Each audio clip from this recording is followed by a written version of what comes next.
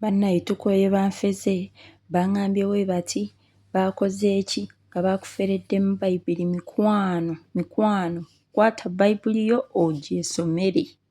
Kwata Bayibuli ogyesomere, teri gwe baagigobamu, oba oli wa ddiini ki, oba oli wa nzikiriza ki, tetwagala banfeze wano. Leero tusoma Lubereberye 2.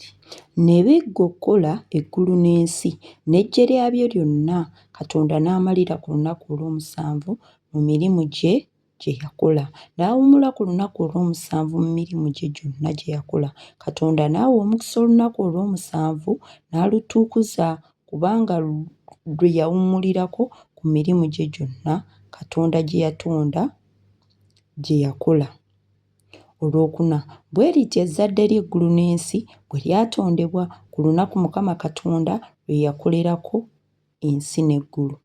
Na buli muti ogw'omu nsiko nga tegunnaba kubeera mu nsi, na buli muddo ogw'omu nsiko nga tegunnaba kumera, kubanga Mukama Katonda yali tannaba kutonnyesa nkuba ku nsi nga tewali muntu alima nsi.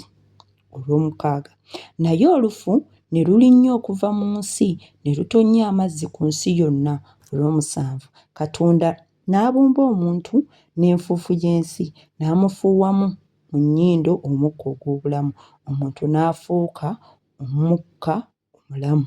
Olw'omunaana, Mukama Katonda n'asimba olusuku mu Adeni ku luuyi olw'obuvanjuba, n'ateeka omwo omuntu gwe yabumba. Olw'omwenda, Mukama Katonda n'ameza mu nsi buli muti ogusanyusa amaaso omulungi okulya, n'omuti ogw'obulamu wakati mu lusuku, n'omuti ogw'okumanya obulungi n'obubi. Olw'ekkumi, omugga ne gusibuka mu Adeni okufukiriranga amazzi mu lusuku, ne gwawukana mu ne gufuuka emitwe ena. Ogw'olubereberye erinnya lyagwo Pisoni, ogwo gwe gwetooloola ensi yonna eya Kavira erimu zaabu, ne zaabu y'omu nsi eri nnungi, mulimu bedola n'amayinja sokamu. Erinnya ery'omugga ogwokubiri Gikoni, ogwo gwe gwetooloola ensi yonna eya Kuusi, n'erinnya ly'omugga ogwokusatu Kiddekeeri, ogwo gwe guyita ku mabbali g'e Bwasuli, n'omugga ogwokuna Fulati. Mukama Katonda n'atwala omuntu n'amuteeka mu lusuku Adeni alulimenga alukuumenga. Mukama Katonda n'alagira omuntu n'amugamba nti buli muti ogw'omu lusuku olyangako nga bw'onooyagalanga. 17. Naye omuti ogw'okumanya obulungi n'obubi togulyangako, kubanga olunaku lw'oligulyako tolirema kufa. Mukama Katonda n'ayogera nti si kirungi omuntu okubeeranga yekka, n'amukolera omubeezi amusaanira. Mukama Katonda n'akola n'ettaka, buli nsolo ey'omu nsiko na buli ekibuuka waggulu, n'abireetera omuntu okulaba bw'anaabiyita. Omuntu buli bye yayita ekitonde kyonna ekiramu eryo lye linnya lyakyo. Omuntu n'abituuma amannya buli nsolo n'ekibuuka waggulu na buli nsolo y'omu nsiko, naye omuntu n'ataba na mubeezi amusaanira.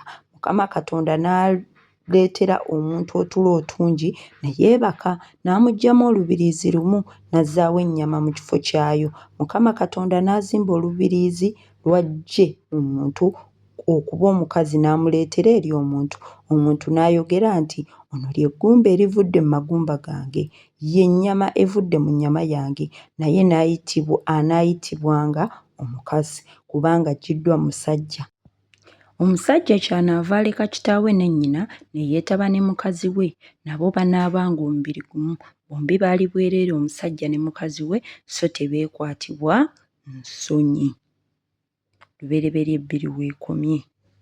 24 na 25 tusazizzaawo. Senga Mukama yali ayagala omukazi abeere na mukazi, n'omusajja abeere na musajja, ekyo yandikikoze wali mu lubereberye, naye wano tusoma nti Mukama yatonda omukazi n'amutondera omusajja. Kati abali ku musajja n'abakazi tetukitegeera. Bannaye comments mu comment section tugende mu maaso.